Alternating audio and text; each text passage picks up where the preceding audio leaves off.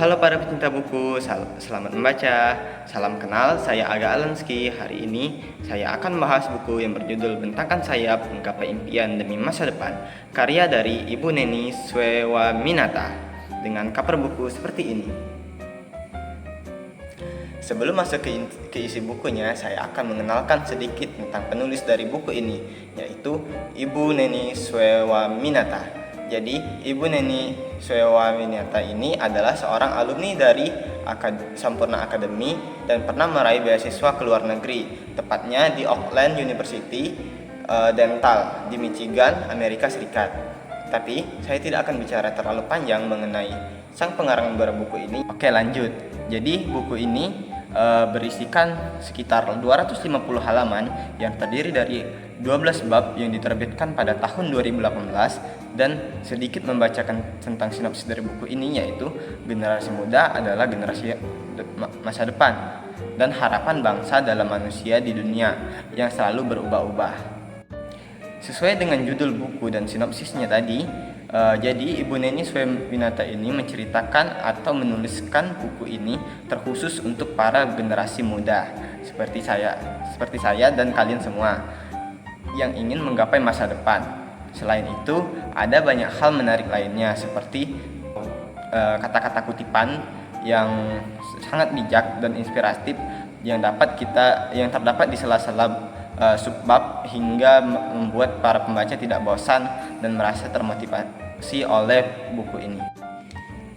Jadi langsung saja, inilah ketiga poin penting dan menarik menurut saya dari buku ini yang ditulis oleh Ibu Neni Swewaminata ini.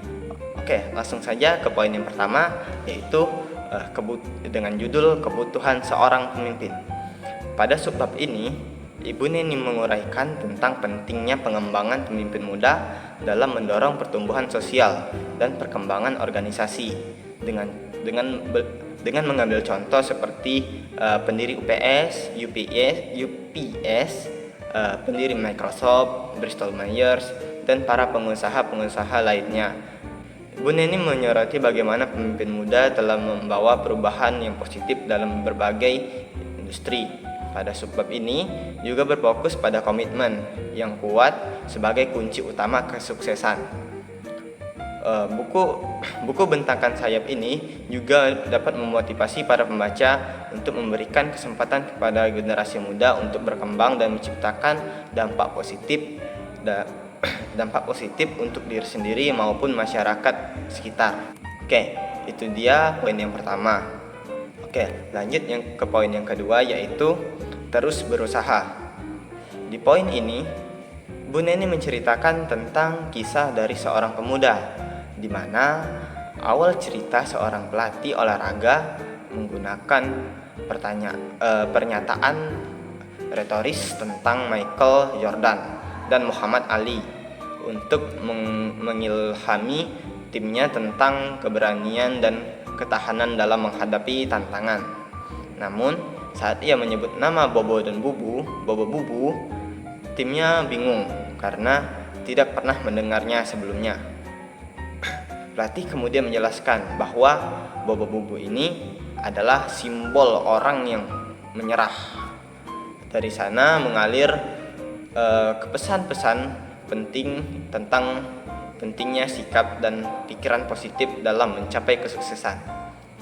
Pelatih mereka ini menekankan bahwa pikiran negatif dapat merusak karir, bisnis, kehidupan seseorang, atau mungkin semua masa depannya, seperti yang terjadi pada Karl Walenda dari cerita yang Ibu Neni kutip, yaitu seorang pemain sirkus terkenal yang jatuh tragis karena kehilangan fokus dan kepercayaan diri saat tampil di depan banyak orang.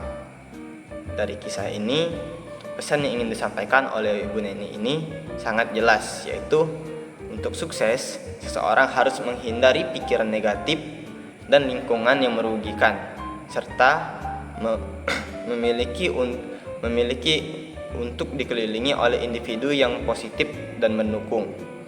Dengan demikian, cerita ini menyampaikan pesan motivasi yang sangat kuat tentang pentingnya sikap mental yang positif dalam mencapai tujuan. Selanjutnya, poin yang ketiga atau poin yang terakhir yaitu bebaskan potensi Anda dengan judul tersebut. Oke, dalam poin kali ini Bu Neni memperlihatkan tentang kreativitas dan bagaimana menjadi lebih kreatif. Para pembaca juga diingatkan di sini bahwa semua orang memiliki potensi kreatif dari dalam diri mereka, dan bahwa kreativitas dimulai dengan bertanya dan berpikir secara orisinil. Contoh-contoh yang diambil oleh Ibu Neni ini pada buku yaitu seperti pendiri Uber, Garrett Camp, dan Travis Kalanick, serta pelukis Pablo Picasso digunakan untuk mengilustrasikan konsep-konsep ini. Oke. Penekanan diberikan pada pentingnya menemukan gairah dan minat pribadi untuk memperkuat kreativitas seseorang. Teks juga menyoroti bagaimana keraguan pada diri sendiri bisa menjadi penghalang utama terhadap kreativitas. Pembaca juga diajak untuk menemukan hal-hal yang memotivasi pada diri mereka, meskipun itu mungkin tampak tidak konvensional atau kurang bagaimana gitu. Kesimpulannya, teks ini mendorong pembaca untuk mengembangkan kreativitas mereka, mencari inspirasi dan hal-hal yang mereka sukai sesuai dengan keinginan mereka. Bahkan jika itu terlihat tidak biasa ataupun yang mungkin tidak normal atau ya mungkin aneh gitu, tapi itulah kreativitas kita sendiri yang muncul dari pikiran kita sendiri. Jadi pesan yang disampaikan oleh Ibu Neni ini adalah bahwa tidak ada batasan untuk kreativitas jika seseorang cukup berani untuk mengambil resiko dan mengeksplorasi potensi mereka sepenuhnya yang ada pada diri mereka sendiri. Oke, nah itulah ketiga poin penting dan menarik yang menurut saya yang saya rekomendasikan. Tentunya masih banyak lagi poin-poin penting lainnya yang dapat diambil dari buku-buku ini. Saya sangat merekomendasikan buku ini kepada kalian semua, tapi jangan lupa untuk mengimplementasikan apa yang sudah dibaca dari buku Ibu Neni Swewaminata ini. Dan ada juga salah satu kutipan yang sangat saya sukai dari buku ini, dengan bunyi "The future belongs to those who believe in the beauty of their dreams", atau dengan arti masa depan adalah milik mereka yang percaya akan keindahan dari mimpi mereka. Oke, selamat membaca.